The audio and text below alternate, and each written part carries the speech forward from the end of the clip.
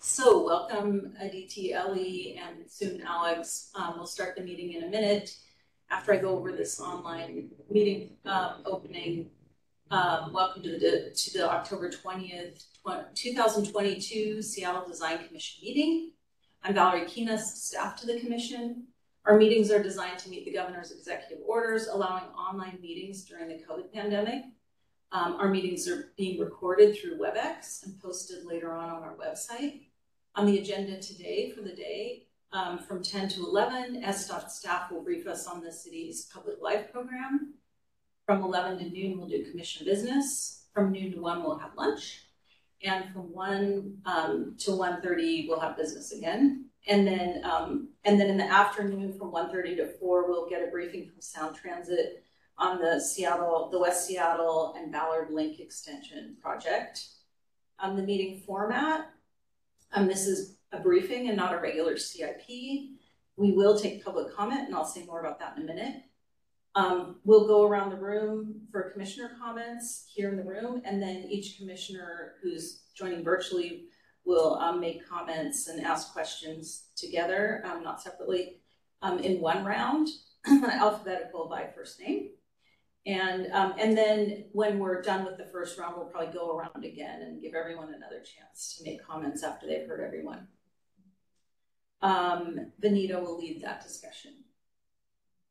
If any members of the public are here, we'll allow for public comment after the presentation before we go into our discussion. And to do that, we ask you to please raise the raise hand function in WebEx, which is in the lower right-hand corner. And we allow 2 minutes per person for the public to make comments. And if you aren't able to make public comment virtually through WebEx, we're happy to follow up with you later. And then for the record, let's go around and do introductions of commissioners. First in the room. Good morning, I'm Adam Amrine, Urban Planning Commissioner. Good morning, I'm Molly Spitalnik. I'm the Get Engaged Commissioner and an urban designer, and I do want to disclose that my work on the Pike Pines Streetscape and Bicycle Improvements project, we're doing a pre and post occupancy evaluation where we sought the advisement of the public life study team, and we'll be including volunteers from their group. So if anyone has any concerns about my inclusion, I'm happy to step out of the room. Please let me know when you speak. Okay, and then commissioners virtually, so it looks like Elaine. Good morning, Elaine Wine, one of the Architect Commissioners. Good morning, Elizabeth Connor, Artist Commissioner. Good morning, Jill Crary, At-Large Commissioner. Good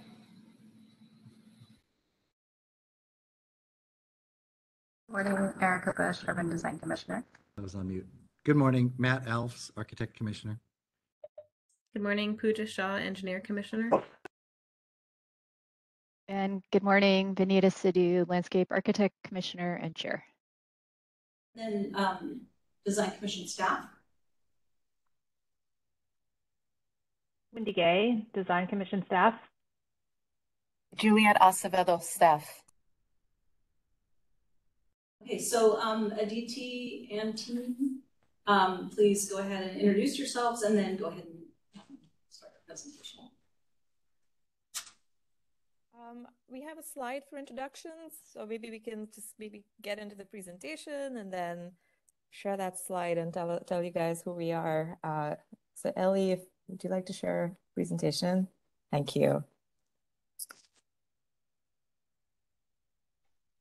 So hi, good morning. Thanks for having us at the Design Commission to talk a little bit about the SDOT Public Life Program, share who we are and what we do. And we're really excited for the conversation here today and to hear your thoughts.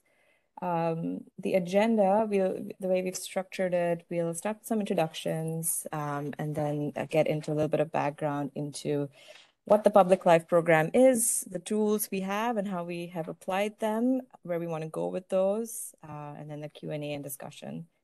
The next slide has our introductions, and I'll pause after that in case, Valerie, you want to kick off other pieces of the conversation first. My name is Aditi Kambuj. I'm the Urban Design Manager. The SDOT Public Life team is 4 of us. We're a cross-cutting group of individuals from different teams and divisions within SDOT, and each of us brings something to the table in terms of a special skill to help manage the public life program, data collection, and discussion. Ellie, I'll pass it to you if you'd like to just share who you are in the department and sort of your role in the team. That would be great. Sure. Hi, everyone. My name's Ellie Smith. I'm a senior transportation planner at SDOT in the transportation planning group. I have been involved in this program since 2017. It kind of like spiraled after, or I guess dovetailed nicely with my master's thesis at the University of Washington, which was focused on public life observational methods. So I've been enjoying working on this project for the last 5 years. I'll pass it to Alex. Hi, everybody. My name is Alex Hagena. I'm a data librarian in our asset and performance management team at SDOT. So I work with data management across our department. And so with the Public Life program, I've helped with designing kind of our underlying data infrastructure and also helping with analysis and visualization. And I also, in my graduate studies, I worked a lot in user experience. So there was definitely a kind of related sort of, a lot of related values and methods that kind of play into public life that we'll talk more about in a sec. And I'll pass it off to Joshua. Thank you, Alex. Hi, everybody. My name is Joshua Gahn. I'm an urban designer at SDOT working on a DTs team. I've been working with the Public Life program since December of 2019, helping conduct studies and produce reports. And I will pass it back. Thank you, Joshua. Valerie, is it okay to just keep going with the presentation, or did you want to do any? Okay, thank you. One thing I just wanted to highlight on that team page, the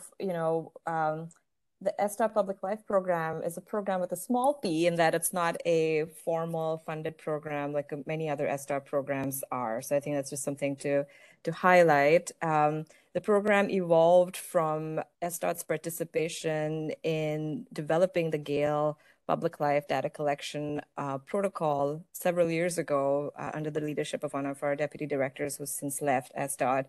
And since then, staff has come and gone, but the program lives because we are committed to understanding our public spaces and how they're used better so we can design them better and improve our sort of skill at doing that. So that's a little bit of background about our team. Thank you, Ellie. Next slide, please. SDOT has a mission, vision, and our 6 core values. Our vision is to get Seattle is a thriving, equitable community powered by dependable transportation. And our mission is to deliver a transportation system that provides safe and affordable access to places and opportunities. We are committed to 6 core values: equity, safety, mobility, sustainability, livability, and excellence. And the Public Life program is really centered on 2 of the 6 core values here, as well as the others. But the main ones are livability and equity, and really sort of responds to these 2 values in SDOT's priorities. Our livability values related to our non-mobility functions in the right-of-way. As a DOT, we need to care about how people use these spaces and how they're designed to get the most positive outcomes for communities who use these spaces for meeting people, economic activity, people walking for the joy of walking, and it has a direct connection to our community health, particularly through the pandemic. We know that our public spaces took on much more meaning as a place to gather safely and build community. So this really responds to our livability value, our program here. And an equity value underscores that our outcomes should always advance equity for our communities. And our methods for getting there should be responsive to those outcomes. So we center race as well as identities In our efforts and in the Public Life program, our North Star has always been how do we design and manage our public spaces to be as inclusive as possible and really prioritize the needs of the marginalized first. So the communities that we have for decades underinvested as a planning profession. And so we center racial equity in all facets of our work. Next, please. I hope you can hear me. I was having issues with my headphones earlier, so thank you. We also look to our larger policy framework and documents to guide our strategic priorities for the program, which include the Pedestrian Master Plan and the Comprehensive Plan. The City of Seattle has clearly defined the value of and potential for our transport system to meet critical needs associated with community connection and public space. So not solely for streets, and not solely for moving through, but also places and destinations for people to gather. In particular, our policies seek to increase the amount of stationary activity, the amount of social activity, and the amount of economic activity in our shared right-of-way. So we believe our investments should be made with these ends in mind. Thanks, Ellie.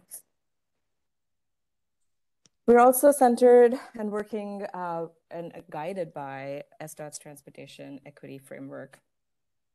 You all may be familiar with this framework. It is the roadmap for SDOT decision makers, employees, stakeholders, and partners, as well as the greater community to collaboratively create a more equitable transport system.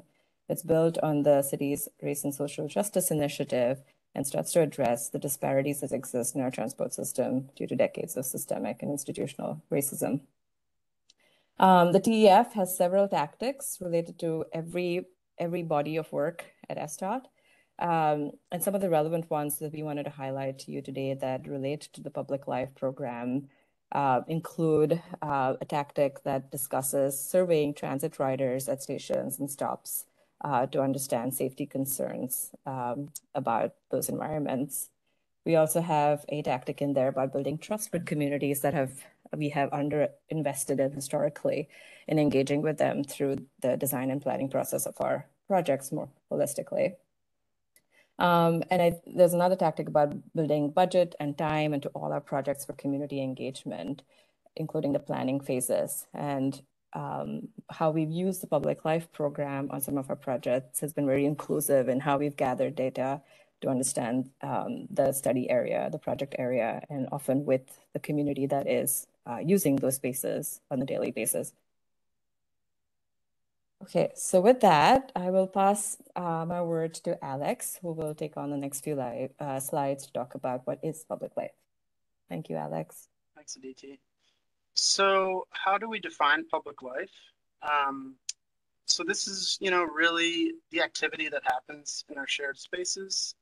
When you walk out the door and head to the grocery store or head to work or spend time at a park or in a plaza, in any of these public spaces, the activities that happen there, this is public life. And these, are simple things like waiting for transit at a bus stop or meeting a friend outside of a cafe. There is, this is kind of this beautiful swath of activity that happens in our city. And it's as simple, as meeting a friend to kind of more complex interactions and activities that happen in these critical spaces. And we would kind of really see the need to, as managers and stewards of the right-of-way, and of all these public spaces that we share, we kind of really see the critical need to understand what activities are happening, how they are happening, and to measure that so that we can invest wisely and have more strategic decision making as to how we're managing these public spaces. Slide. So yeah, how do we go about measuring public life? We have kind of our kind of like two core key studies that we undertake when we do a public life study are looking at how many people are moving through a space, who those people are, what mode they are they riding on a bike, are they using micromobility, are they in a wheelchair? So we look at how people are moving through space, and we also look, in addition to that, to how people are staying and lingering in a space. So again, we're staying in a space, and we're seeing how many people are there, who are they, the demographic information about who they are, and how long they are lingering in that space, and what activities they are doing. So typically, kind of historically, departments of transportation look at traffic volumes or pedestrian volumes. And this is kind of like a progression from that, in that we look, not just at the numbers of people walking through and the number of vehicles moving through space, but actually what are people doing, and how can we, use that, understanding what activities they're doing and who are doing them, to kind of further add more data and insights to how these spaces are functioning.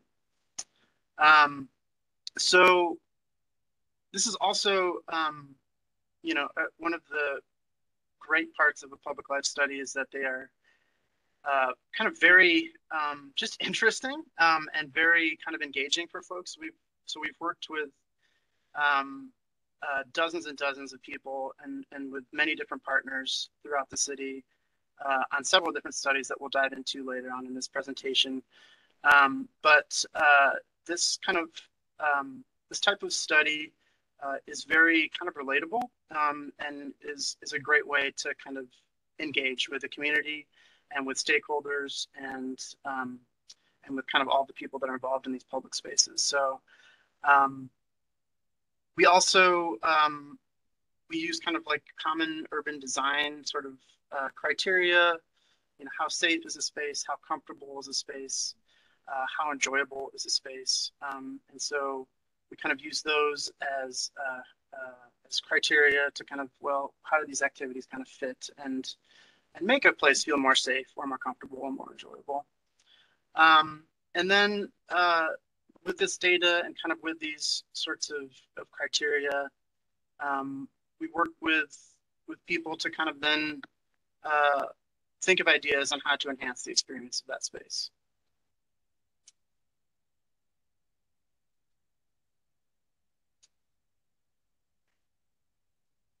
So we talked about kind of what public life study is, and now we kind of move into like, okay, well, how do we actually design this study?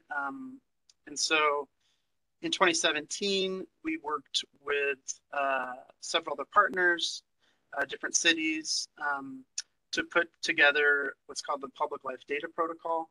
So this is really kind of the instruction booklets for how you go out there and collect data. So this gives you kind of all the different sorts of data points to collect in a standardized format.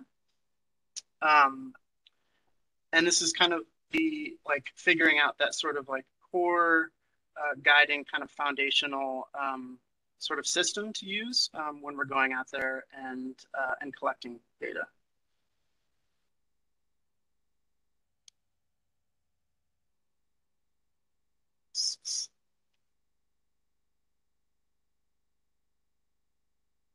So, like I was saying, in 2017, this is when the Public Life program got kicked off, and this was largely due in part to developing the Public Life Data Protocol. As we had talked about, we did a test study, so we went out to block faces and streets in the city to kind of test this out and see how it works, and to use that to further develop the protocol, and also to kind of to operationalize this sort of study and this sort of methodology at SDOT. So further from there, in 2018 we conducted a citywide study. So we used the protocol and conducted studies across the city at more than 100 locations in 38 different neighborhoods across the city to kind of get a baseline sort of data set, a baseline public life data set. And I'll kind of quickly go through these because we're going to dive into these later. But so from there, we have all of this data. We're building kind of this data.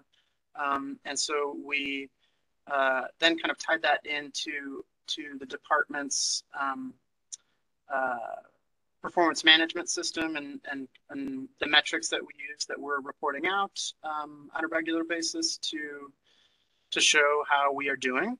And so we built out a dashboard as part of that. So this is a tool that allows anybody to kind of look and see all the data that we've collected.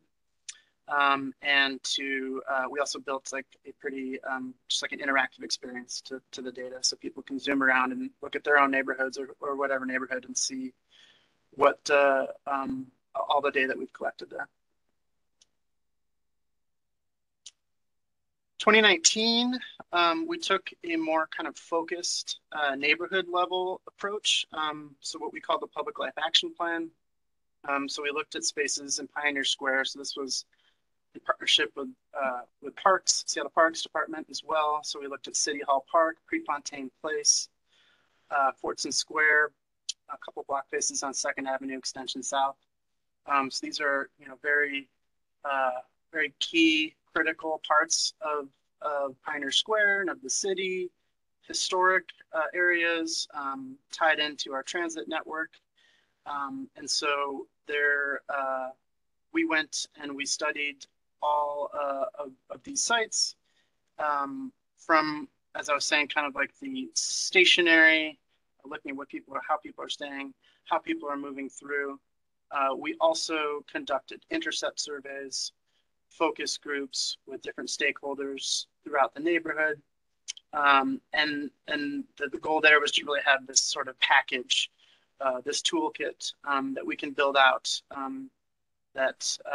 where we collect data, hear from stakeholders and from the community and engage with them, and then to provide an informed set of recommendations for how that we can improve these spaces based off of all this data information that we collected.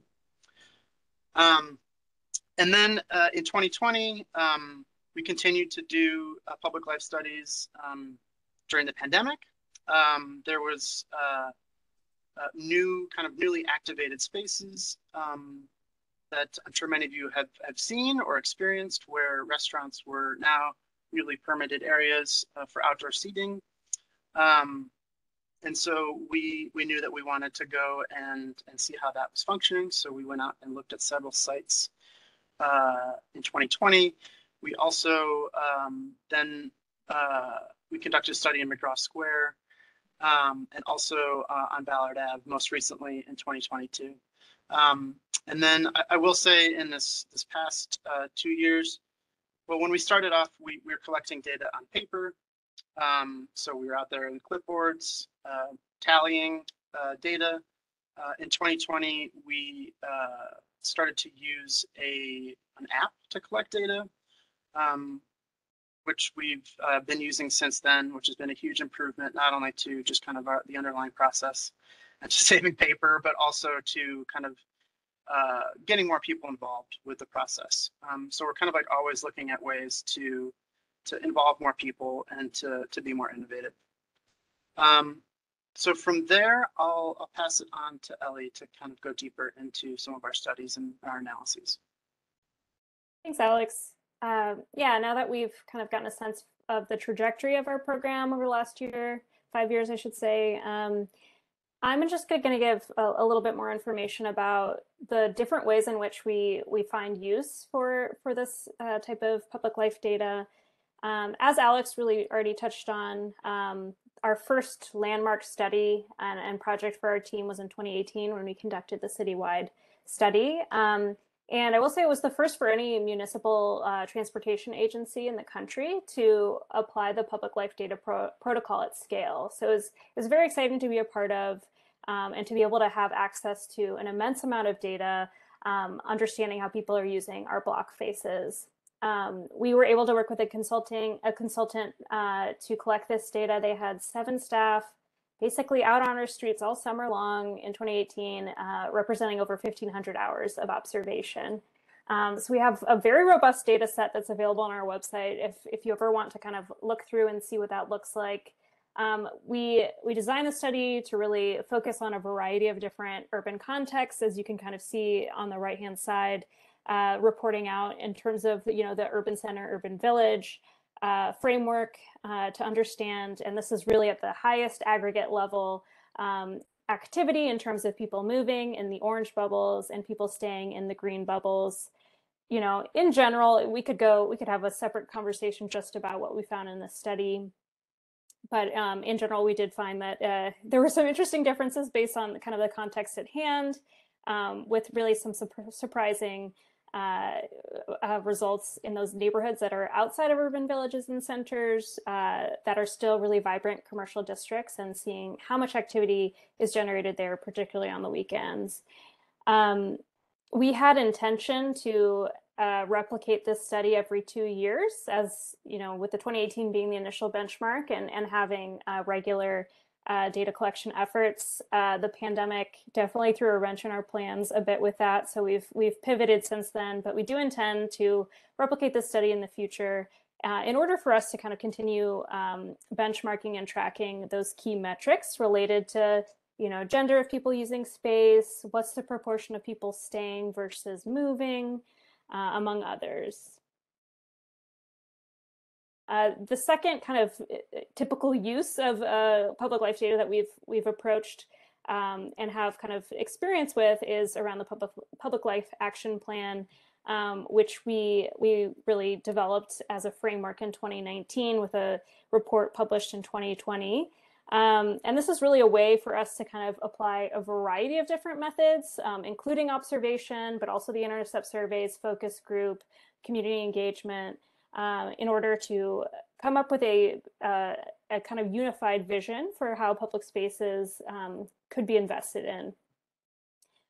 We see this as a really good template to apply to other areas, and it's been very heartening to see some of our partnerships, including the Capitol Hill Eco District, is really using this as a template and as a framework for advancing their own public space planning work. And we hope to be able to find the opportunity to apply these tools again in future locations.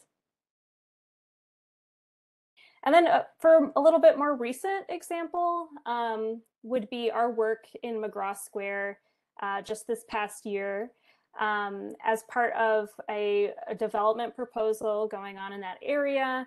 There's going to be right-of-way improvements as part of a public benefit package. And as the SDOT team and the city team, we saw the opportunity to infuse some public life data early in the process, ahead of really even identifying design goals for the space. So we were able to pull together internal stakeholders within the city, as well as the design team, to go out and collect data in the space, and use that as really kind of the basis for any sort of design, identifying programming and design goals for that project. It was really interesting to be able to bring in a variety of partners and to be able to really speak the same language and be able to share insights from just spending an hour or two on site. So I'll just speak briefly to those last two examples I had in terms of the Pioneer Square Yesser Crescent study. Some of those observations and the findings that we were able to glean from those experiences of observing space and talking to folks using the space really lended itself to identifying some opportunities for improvements at 3rd and Yesler, specifically for safety improvements. And this was already kind of in motion in some way with the near-term action plan from One Center City, but the public life data was able to identify, desire lines of people moving through City Hall Park to Prefontaine Place, knowing that Prefontaine Place is home to one of the main head houses for the Pioneer Square light rail station. And that resulted in essentially some safety improvements that have been piloted this year and will be moving forward by reducing lanes, adjusting traffic signal timing, shortening the crossing distance for pedestrians, and giving pedestrians wider sidewalks in that area. And then on the right-hand side, this is just kind of a snippet of what our analysis might look like in any sort of public life study. But this is really showing McGraw Square from above, and the dots represent the posture that people occupy in space. And this was really interesting for us to be able to kind of point to the ways in which McGraw Square currently serves as mostly a passing through space. And it helped us also identify the key desire lines as people are moving through, as well as kind of where there is existing seating that just really isn't being used. We were fortunate enough to have a partner in the Downtown Seattle Association who has been collecting data in this area for a while. So we were able to compare to 2020 data that they had, which was actually just pre-pandemic. And so to be able to compare usage over time is also a key benefit to this public life data set that we're looking to build out further. Just some key takeaways to share with you all, and really kind of where we see the value add for this type of work. It allows us to produce new knowledge, and at many times as planners, we end up spending most of our time at a computer using existing data to inform our decisions. When we're talking about a space in particular, it's really critical to experience it. And a public life study is a very productive way to do that. And it allows us to move beyond anecdotes and really kind of quantify the social environment and allow for decision makers to have data at their hands and to help substantiate investments. To the second point of get scrappy, that's kind of the ethos of our team. We have been implementing these types of projects with very little resources, but the beauty of it is that these tools are very, very scalable. In theory, all it takes is a clipboard, pen, and paper. And so we've been able to execute so many of them in-house, which has provided a lot of value to our organization. Beyond that, building partnerships, I think we've said this a few times now, but actually getting folks to volunteer, to show up with us, to spend time in the space is a great way to involve community and stakeholders and get them excited about the project, maybe glean new insight, and create an environment for buy-in. And then beyond that, I think it really aligns with the value that Aditi highlighted earlier about, people data is really an important way for us to get us closer to the equitable outcomes that we seek by being able to specifically narrow in on a particular user group and be able to understand how different people use spaces. For us moving forward, we continue to use these tools when opportunities arise. And over the next year, I think we have an interest in building out our infrastructure a bit more. We have access to a mobile app now, which just streamlines our process. And we also are looking to kind of build our bench of people within the department who are interested in this work and can take it on in terms of designing studies and implementing studies. And then beyond that, within our department and outside of that even, we continue to kind of promote these tools and additionally identifying opportunities for partnerships. As Aditi spoke to earlier, to really address some of the transportation equity framework tactics that we have at hand related to improving safety at transit stops. We see the public life tools as a potential opportunity for that.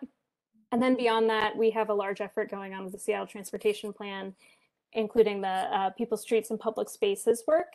And as a key next step, identifying how we can engage community to build, design, plan public spaces in the right of way. And we want to, you know, fold this into the process that comes out of that.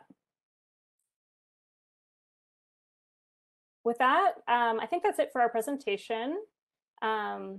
Anyone from the Public Life team want to add anything before we open it up for questions?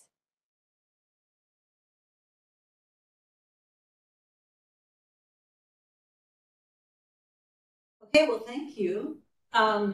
It looks like we have a few folks from other departments or members of the public. So if anyone wants to make public comment now, go ahead and unmute yourself. Speak up.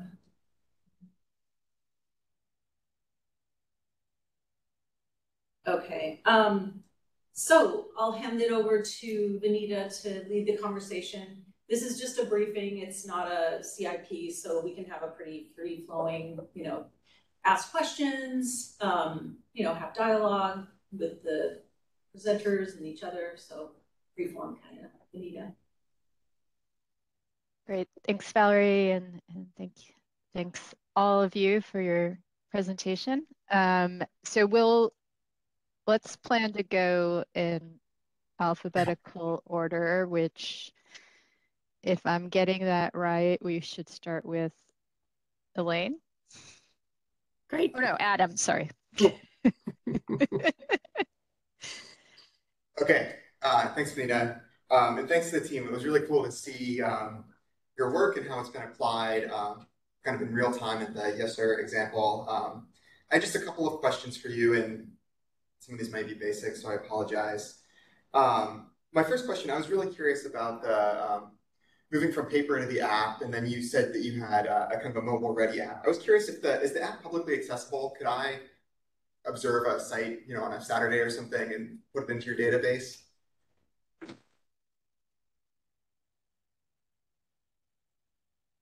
Unfortunately, not at this point. Back when we would develop the Public Life Data Protocol, there was kind of this vision of having an open source data collection app.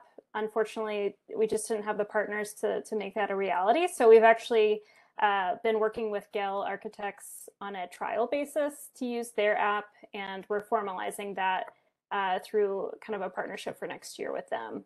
That said, in terms of, you know, data collection and working with community stakeholders, we do like the idea of kind of being able to house all the data that's collected and share that on our dashboard so that it is available to everyone. And we've been able to work with our community partners in being able to publish their data as well. Just to add a quick note onto there as well. We also provide a guide for data collectors too. And on our website, you know, if we're really trying to kind of engage as many people as we can. So if you are, if you're interested in collecting data wherever you'd like in the city, you know, we're here to kind of help you plan that and make that happen and support that anyway. And you might not have access to the app, but there's always the analog pencil and paper, and we have those forms at the ready to go whenever. So yeah, that's really interesting to hear. Thank you. I'll try to keep my questions brief, but you know, I think some of your examples were on, you know, really robust and, you know, very well used and loved public spaces. I was curious if you've, here's my question. How does this help, or does it help inform a site that maybe doesn't have quite such a robust public space currently? I'm trying to think of, you know, how this might be a tool to improve a site that currently doesn't have much public life, or is it a tool? I can take my first stab and folks chime in. You're right. You know, the tool is really great as a diagnostic to help tweak and improve spaces that are already kind of functioning at some level as a public space. Maybe not as well as they could, or they're just opportunities to update them after, like, you know, it's been 20 years since we last invested in it, and the city has changed around it, etc. We haven't applied it as much on sort of new locations where we want to create new public spaces. But I think it does add value in that it could help us understand things like existing desire lines, existing lines of sight, existing noise levels, where are the edges that people tend to naturally walk along. So I think there is value in continuing to use it in that scenario.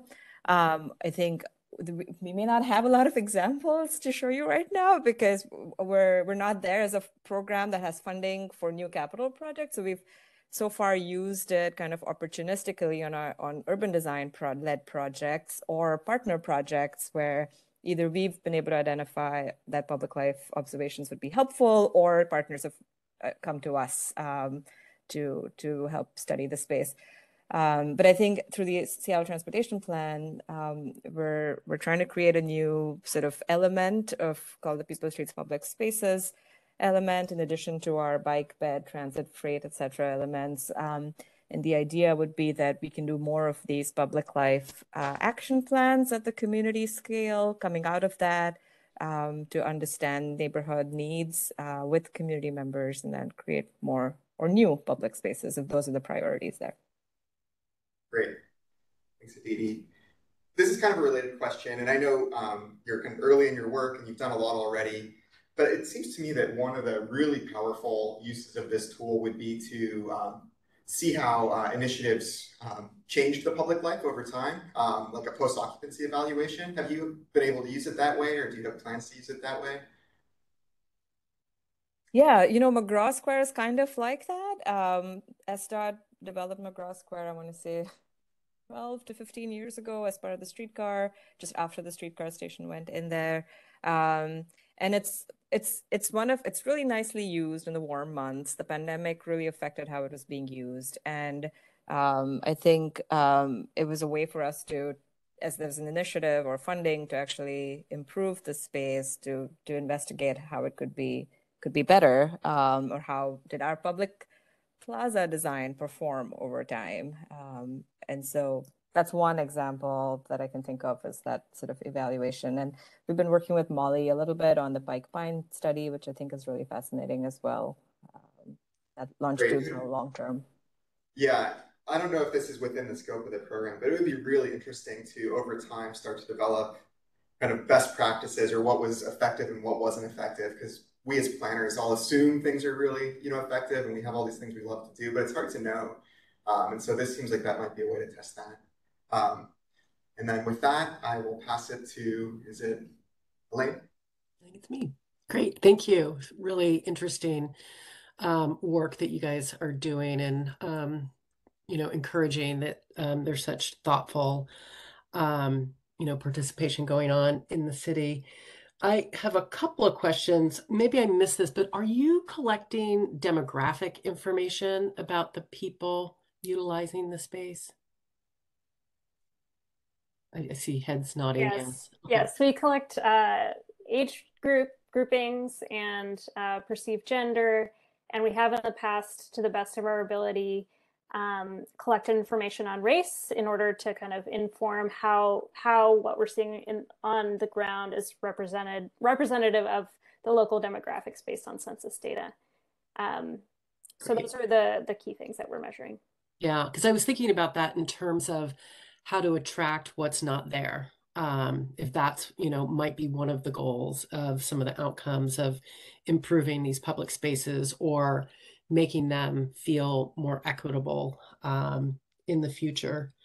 So that's great to hear. I kind of, I had similar questions about Adam, about, you guys are looking at some existing hubs, and how do you fold in, new opportunities in the future. So it sounds like you will be getting out to neighborhoods and talking about that. I was specifically thinking about, are you collecting any information, say, on some of the new, I don't know what you call them, green streets or bikeways that were created during the pandemic, and just sort of recognizing, I think that, I think during the pandemic, like the amount of right of way that we have in Seattle, and opportunities to, for individuals to really use that for their benefit. So sort of thinking ahead of how we could add to those spaces.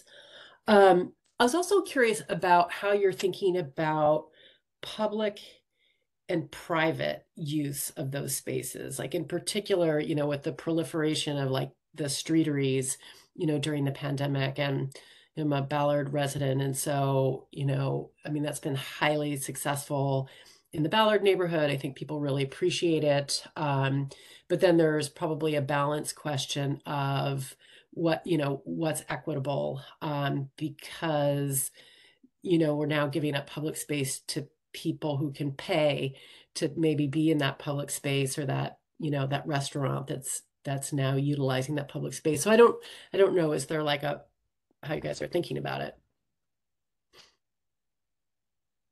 I don't know, Ellie, if you want to chat about the Ballard, sort of what activities people are engaged in, but I can chime in as well after you. Yeah, sure. So thanks for pointing out the Ballard Ave example. We were out there a couple months ago collecting data just to understand the use, and it was very interesting because we actually had some comparison data from 2018 from one of the blocks, and we just saw kind of a skyrocketing in use, and most of that was due to you know, activation related kind of engagement. So people sitting in cafes, people you know, browsing the retail on the street. So yeah, I think we could basically just see the large growth in activity specifically due to that. I think and that's built into the protocol in terms of how you're measuring what's a public use versus, you know, a private use. So it's something that we track for sure. I hear your question about what's equitable. I think for us, you know, there's a question of you know, if you're replacing a parked car with a cafe, that's also a private use of the right of way. There's, you know, a person benefiting from that. So Aditi, what did you want to add to that? I think you covered it. The only other thing I would think of in particular Ballard Ave, just the sheer increase in people walking on the Ave compared to the previous data. It's kind of staggering how many more people are visiting Ballard Ave as a destination, which then when we were having a conversation about the data, sort of people pointing out that, well, my teenager now just goes to Ballard Ave as a destination. They would go to a mall before, but now they're visiting it because it's the place to be, for example. So I think there's some spillover kind of effect from sort of the cafe uses as well there.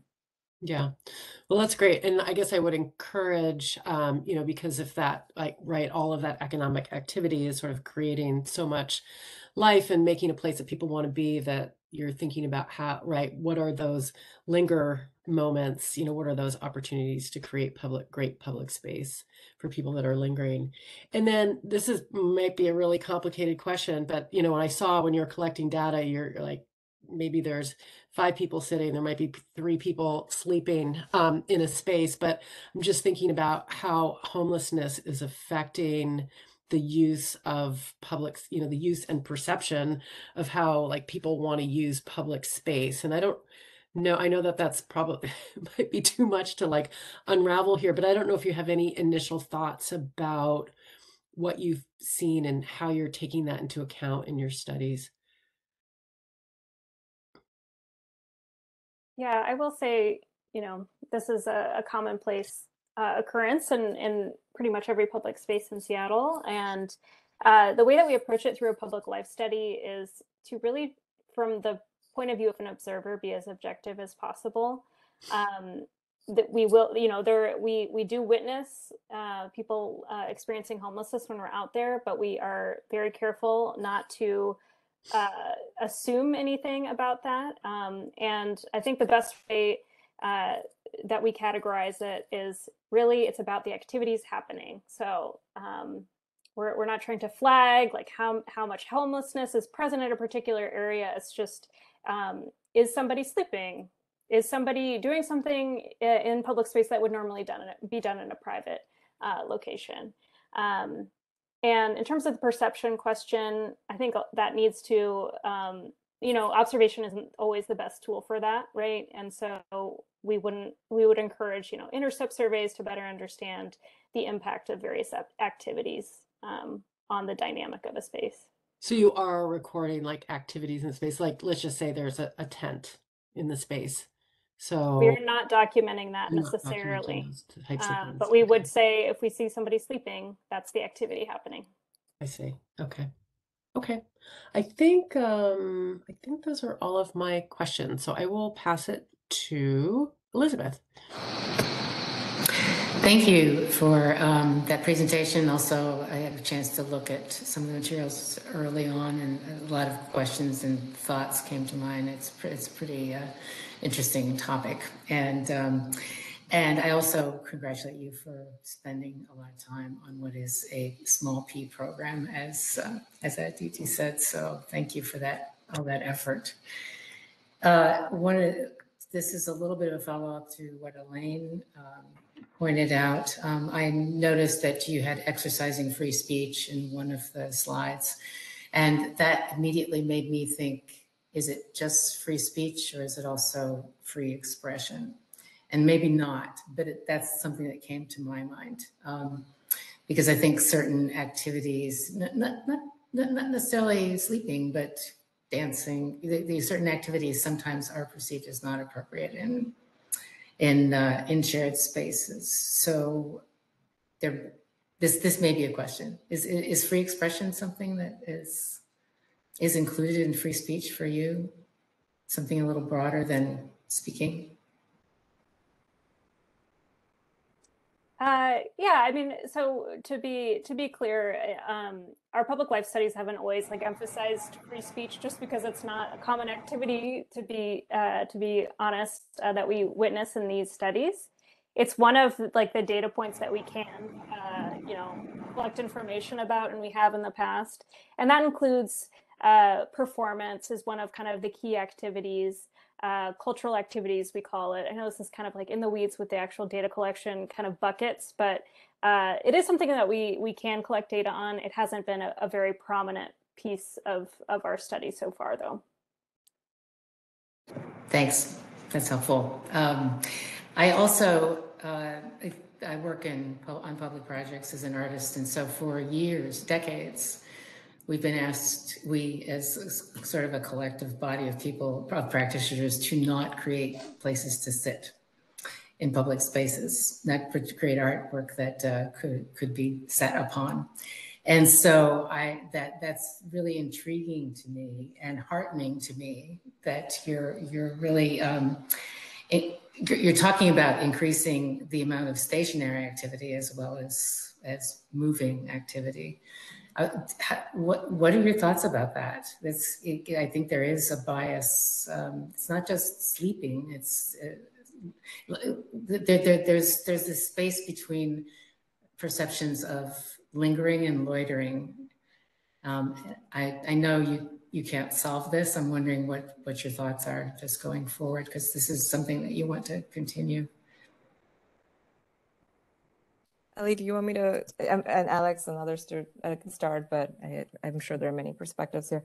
I think one of the things we're trying to do is sort of collecting data and quantifying whether people have the opportunity to sit, or whether there's a need for it, or how the space is performing generally is helpful to make the case for things like maintenance resources of public spaces, because a public, there may be sort of this cultural issue with people sitting, or issues around lingering, but I think our intention is to create as inclusive spaces as possible, which means spaces that are attractive for a variety of types of users, they're welcoming to a variety of types of users. And so having, from my perspective, programmatically, to be able to make the case for resources to help look after those spaces is critical, because that keeps them welcoming, clean, tidy, if someone's picking up the litter on a regular basis, fixing things that got broken, etc. And I think our North Star is always not how to exclude activities, but how to make it more welcoming to more types of activities, and community members is sort of the space I try to inhabit in these questions. Makes sense. And I'm sure you have to guard against what you're doing extending into all questions as well. There's a lot of potential scope creep. You are continuing to build partnerships with other departments within the city on this, it sounds like. So that I think that's encouraging. I'm going to take nods as a yes. Yeah, the transit partnership is a really interesting one. You know, our bread and butter at the DOT is mobility. Transport hubs are equal places to be and places to move through, right? And I think I'm really interested in thinking about how we can improve the experience of waiting for transit, doing things while waiting for transit, making it feel comfortable at all hours of the day, for example. So not just the peak commute times, but folks on alternative work schedules, et cetera. So those are all things that we're really excited about coming forth here. Yeah, thanks for that. One thought I had, just to as a final thought, when you were talking about collecting demographics and also expanding your data collectors, I'm wondering if you have a way to, or if you're already collecting data on who's collecting the data, because it sounds community that this data collection is a major community engagement activity. So it might be another way to find out who's not there, what's not there, which a couple of people already spoke to, Adam and Elaine. I think that's a real hard part of the project. So just a suggestion, and I'll pass it on to Erica. Thank you.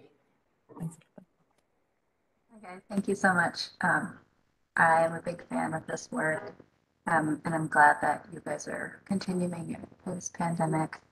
I do have a number of questions. I think in large part they've been touched on by Adam and others, Elaine as well, just on how I know we're in the process right now of redesigning Fortson Square. And given that there was the public analysis of that space, how or if the information that you received from that was able to influence that design that's in effect now.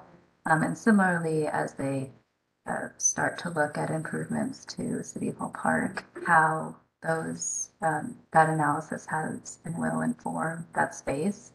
And I guess lumping into that as part of that activity, that if when you record activities for space, you're involving the negative as much as the positive. You know, I think it's really important that as we do see more challenges in our public space, that we're looking at how improvements can be made to make people feel safer and to dissuade people from using them inappropriately.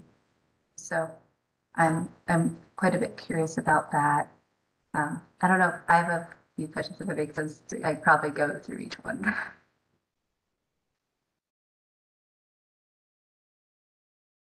Ellie, do you want to talk about Fortson and the community engagement process back then? Or would you like me to? I can talk about how it unfolded during the study itself, and maybe you can speak to more recent developments. Yeah, so our work on the public life action plan in Yesler Crescent, Pioneer Square, was timed very well with an effort going on to redesign Fortson Square. We were able to kind of glean some really interesting insights specifically in that space, and we're able to kind of do a bit of a heat map of where people are choosing to stay, what types of activities are going on, how that changes over time. And since there was already kind of a group of folks coming together on a regular basis to discuss design, it was well timed for us to enter that and throw some of this data on the table as an opportunity to kind of reflect on where the design was at that point, and then where any adjustments can be made. Aditi, where does the project stand at this point? I know you're more involved. Sorry, unmuting challenges. So Erica was recently briefed on the 60% development as part of Pioneer Square stakeholder group. So we're taking the 30% concept and we're moving to more detailed design. Pretty excited to keep that going. I think some of the strengths for that space were, there's a good the right sidewalks, active building edges, even more so now with the new Alal building there, really nice views, and good just sort of a good landscape buffer and ped lighting around there. But some of the challenges were sort of the lack of proper seating. It feels kind of dark for most of the year because of the tree canopy. And then there were a bunch of sort of sightline concerns because of the trees. And there's just a lot of rodent issues. If anybody's interested in learning more about that. But in the tree roots, which don't make it a welcoming space to linger.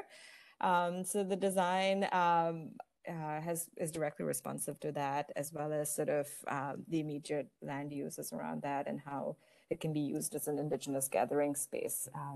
So lots of seating, lots of art, really careful design that's responsiveness to the context. So, and then City Hall Parks Department is keeping that conversation going. There's an interdepartmental team that got kicked off a month ago or so, and they're using the public life study as sort of their North Star and helping think through some of those opportunities and challenges. That's great. Thank you.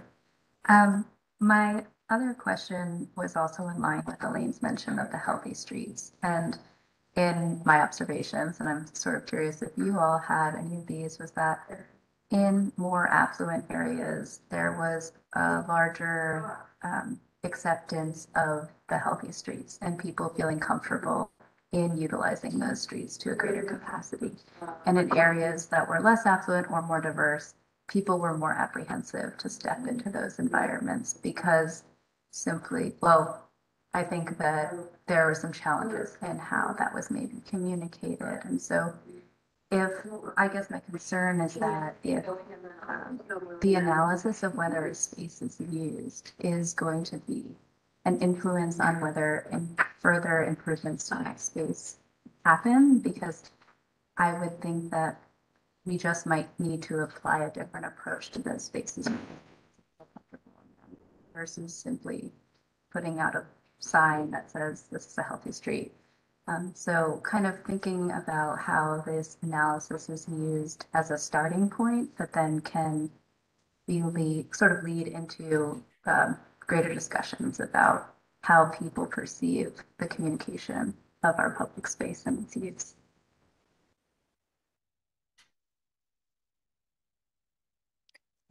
Thanks, Erica. We haven't actively partnered with the Stay Healthy Streets program, unless Ellie or Alex who advised or anything in the last few years. But what we have emphasized to the Seattle Transportation Plan process and the People Streets Public Spaces element is that work has to happen at the community scale. We've learned a lot of lessons from our Payment of Parks programs and other things about, it has to come from the neighborhood and people who use the spaces, what the priorities are. And we hope to be able to be responsive and have a broad range of tools to then respond to those public realm and public space needs. So there are some adopted concept plans and things that we have that have gone through an engagement process, and they're more mobility focused, and that's the more people streets side of things, but the public spaces end of that spectrum has to sort of be co-developed with at the very granular scale, and that's the direction I'm hoping we can take. Great. And I'm sorry, I'll ask one more question and then pass it on. But as part of your analysis for spaces that seem to encourage more activation, was there a depiction of which frontages along the spaces were active, or if challenges of sort of the private meets public realm and how that influenced people's site? Sorry, I wanted to just do a quick time check because we were supposed to go to 11, and I know I just saw, I think Josh says you have to drop off soon. Aditi and Ellie, are you able to stay on a little bit longer? Should we try and wrap up real quickly? I can totally see my time too, because I have to jump off. I can stay for another 10 minutes or so, I think. Yep.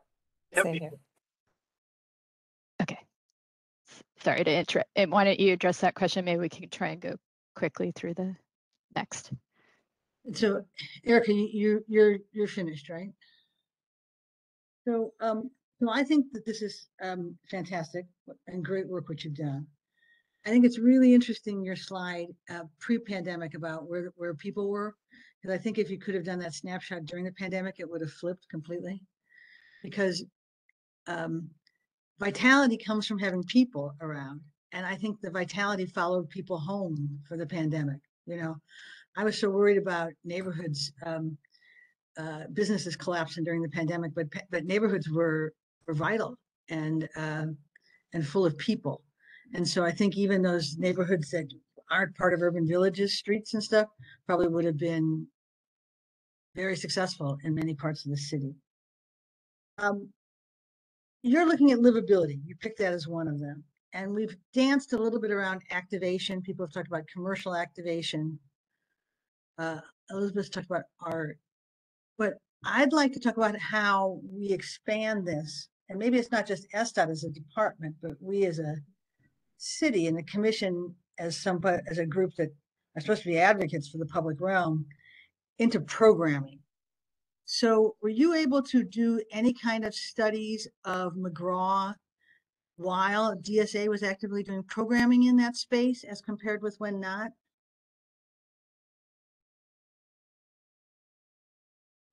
Just for the purposes of the study that we did earlier this year, that wasn't really the research question we're going after specifically. So we didn't prioritize activation in terms of how we scheduled our data collection shifts. That said, I know that DSA has been collecting this data for years, and I know that they have a lot of counts to that effect that can speak to changes based on what activation is happening in that space. We also in addition to the public life observation study, did a survey, just an online survey of the types of things that the immediate community would want to do in that space. And that's something we've done for another project in Belltown as well. More sort of, is this a space to gather? The role of the public space and the network of public spaces, right? And what the things that sort of really emerged, because it's a small space, is sort of, it's really popular at lunchtime to sit, to people watch, to wait for the train, etc. And Westlake, with that's a lot of programming, sort of serves as that highly programmed public space a couple of blocks from there. So I think there's that sort of role in the community aspect as well. But good points, Jill. Thank you. Well, and how can we help you? Because, you know, water features are programming. Passive programming also brings people. Art installations are programming. I mean, think about Prefontaine Place if that water feature worked versus if it doesn't, since it doesn't. And, you know, as we move into, especially looking, I think, at the International District Station, I was just reading the other day about the new people activating the second floor of King Street Station, but how about that public space right outside? And we've got to get somehow that to be part of the study of where that Sound Transit Station goes, the activating of these spaces. So how do we help you bring parks, not just parks about maintenance, but parks as programmers and activators, and the Arts Office, and the Department of Neighborhoods, and OPCD, and us into this, so that we can go from studying things to advocating for things? I think that's really my big question. That is a big question. Oh, I think let's keep talking, right? I mean, resources obviously are always helpful because, you know, we're a small group. We are very opportunistic right now. So pivoting to more of an intentional application of this, you know, will take resources. And we have great partnerships with parks, you know, at Occidental, for example, and other places. I think it's the really small public spaces that are very challenging. And with our grid, we have a lot of those little triangles everywhere. Right. And, you know, and maybe, I mean, I'm good with a clipboard. I mean, maybe we can talk about how around specific programming people can do, we can do data collection that helps to advocate for that. Anyway, that's what's just my thought. And I think we as a commission can talk more about that after we let you guys go. So that's for me. Thanks. I think I'm next. I applaud this work, and I think it's really, really important. I think it's a great presentation. I think my colleagues on the commission have raised some great points. I don't really have anything to add other than just echoing or amplifying what Jill just said, which is how can we go from studying to advocating, and so I look forward to supporting that, and I'll pass it on. All right, so I will make mine quick. So similarly, I'm hugely supportive of the work and appreciate seeing it. I appreciate the differences between the level of information you can glean from the observation studies and the surveys. So I'll be curious to hear, we don't need to cover it now because I know we're running low on time, but understanding the labor needs that differ between the survey technique and observation, because I think that survey technique can be really valuable for, particularly when it gets to equity. Having done some of the observation studies, it's quite challenging to guess someone's race accurately. So really, I'm really interested in those survey techniques and applying those when they're needed to understand more acutely who's using the space and how they self-identify. So similarly, I'm curious what resources will be necessary to apply that technique as well in things like station areas or Third Avenue, if and when it comes online. I'll be curious to hear how we can support you all in continuing those studies to the degree that's necessary to glean the information we're really looking for in terms of equity. And I will pass it along. I would just echo those same comments on data collection. I didn't have any other comments to add. Great. Yeah, I'll just wrap up. I think the discussion has been good, so I also don't have any new questions, but I am curious along the lines of Jill about how we can use this to apply it. And even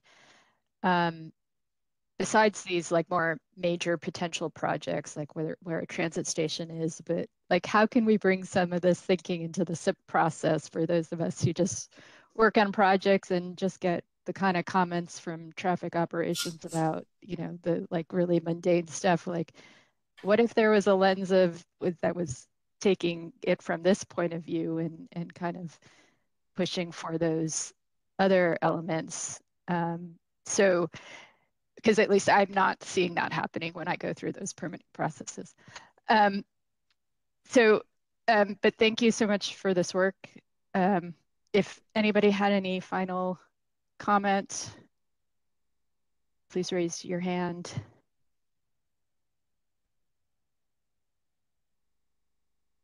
Okay. Go ahead, Aditi. I would just say, this group of four sort of serves as a kind of an internal consultant in some ways for projects to help advise. Even if we don't have resources, we can help advise on designing a study, and folks can do a study for capital projects. So, you can always suggest that to projects that come your way that you think could benefit from more observational studies and other survey types as well, and direct them our way. Yeah. We want to try and normalize this as much as we can in our toolkit. Absolutely, yeah. We're kind of at a point where we're really pushing to operationalize this and institutionalize this at SDOT to formally tie it in with processes and projects. So we're building more and more momentum and building our data set and building our partnerships. So with you, just having your awareness and your engagement and knowing that this set of tools is available at any time, and we've taken an opportunistic kind of approach to this in the past, and we're just always trying to kind of thread it more closely into processes to SDOT. So just having your support is super critical for that. Thank you. Thank you. Yeah. Thanks. Thank you all. Thank you. Thank you.